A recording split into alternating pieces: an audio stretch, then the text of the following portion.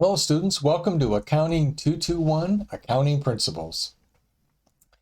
The objective of this course is to help you learn and know basic accounting principles so that you can be wise decision makers in the business world. You should know that people who understand how businesses or how a business's financial operations function usually rise to the top level of making significant decisions in the organization. And this is true for both for-profits and not-for-profits. So while my goal in this course is not to make you an accountant, my goal is instead to help you understand the language and the model of business accounting.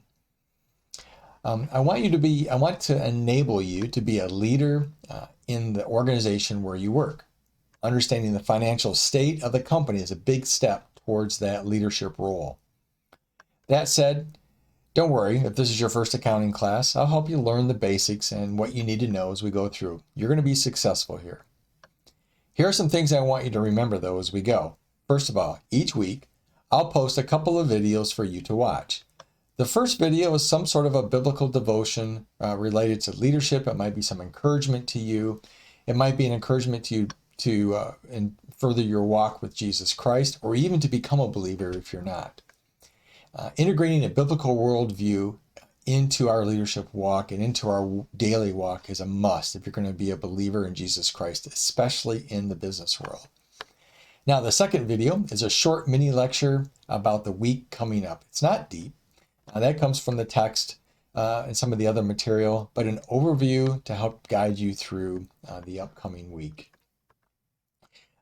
Usually on Thursdays or Friday, I'll include a video clip or a news clip or an article of something ripped out of the current headlines from the news that overlaps with our course.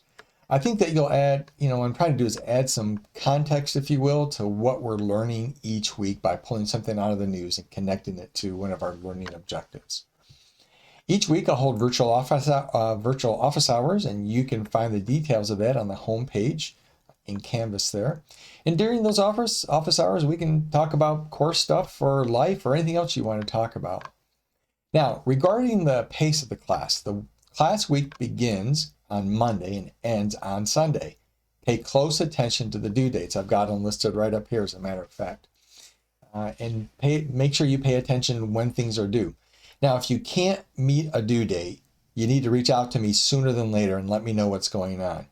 If you contact me before you miss a deadline, I might be much more gracious in extending the deadline. If you wait till afterwards, I'm not going to be so gracious, all right? Unless it's an emergency. You had to go to the hospital or whatnot.